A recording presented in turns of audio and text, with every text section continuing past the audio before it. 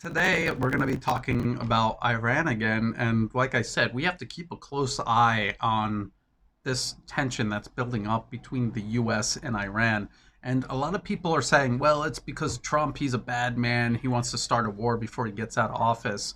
And as I've tried to point out to people, this thing going on between the US and Iran, this has been going on for decades, decades. This isn't something that Trump is doing. This isn't something Obama is doing. This isn't something that Biden will be doing. This is something that is going to go on no matter who is in the White House. Because as I've pointed out many times in the past, presidents and even Congress don't make U.S. foreign policy. Corporate funded think tanks do. Then they have a team of lawyers transform those policy papers into bills, and they get sent to Washington to be signed. That's how it works. And then they have the media promote it to the public, create narratives to sell it to the public. That's how foreign policy works in the US. And you just look at how wars started under Bush. Obama vowed to end them, and instead he started all of the wars George Bush only wished and dreamed he could start. And then when Trump took over, he vowed he was going to end all these wars and bring the troops home.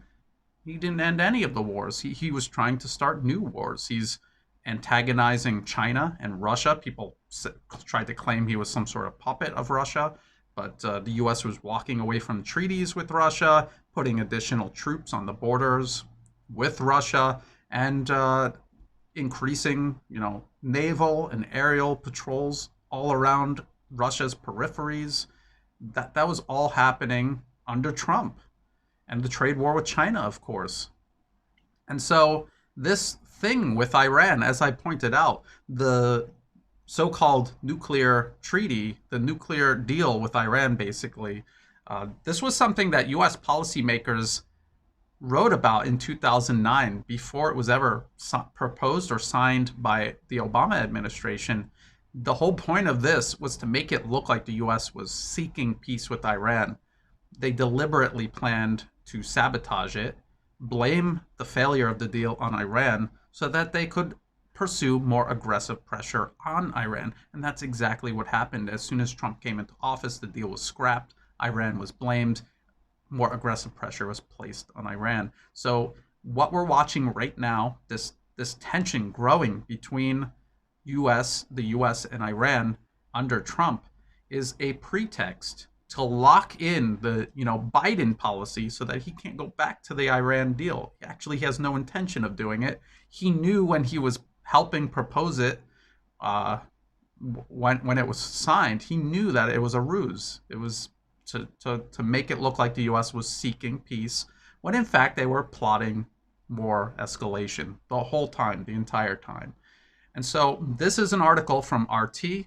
Naval bomb prone to sudden explosion found on hull of Iraqi tanker as Iran warns US may use false flag attack to start war. And this has been a constant fear in the Middle East. And we've seen attacks where it really did look like a US false flag attack. And the world really wasn't buying it. And by the way, the same policy paper, Which Path to Persia, produced by the Brookings Institution in 2009, mentioned, provocations like this that they would use, try to provoke, use, or stage to start a war with Iran. So again, it's in the playbook. This is in the playbook. This isn't Iran imagining this.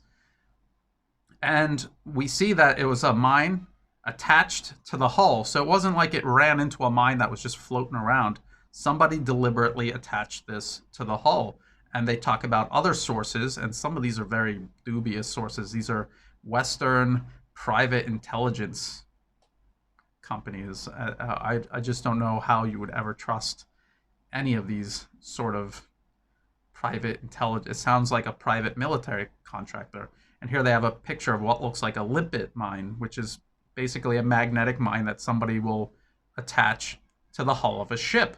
Now, why would Iran be attaching explosives to the hulls of ships passing its shores? Why would it do that? Why would it be the source of destabilization in the region and turn everyone in the region and around the world against them as the US is building this tension up against Iran? And of course, it would make no sense for them to, but it would make perfect sense for the US to do this and blame it on Iran.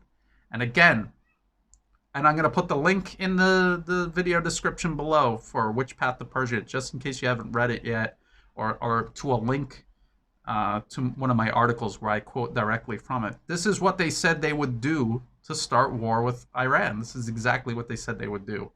They have to poison international opinion against Iran, because if not, as things are, the world will never go along with a US-led war against Iran. So this is part of that campaign.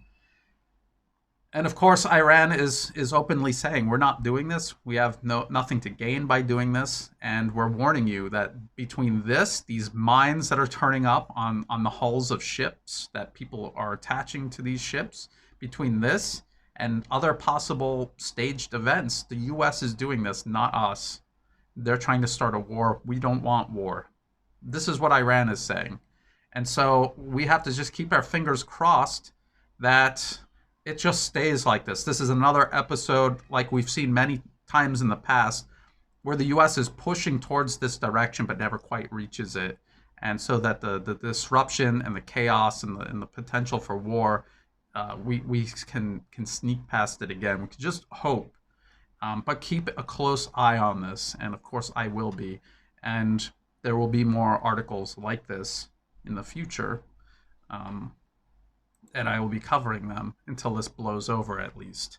So to my patrons who make these videos possible, thank you very much. If you're watching this when I publish it publicly a few days afterwards, please like and share. Think about subscribing to my channel. It's all totally free to do, and it helps the channel grow, and I greatly appreciate it. And to everyone out there who is helping me in every way, big and small, thank you so much. I couldn't do it without you. And as always, thank you for watching.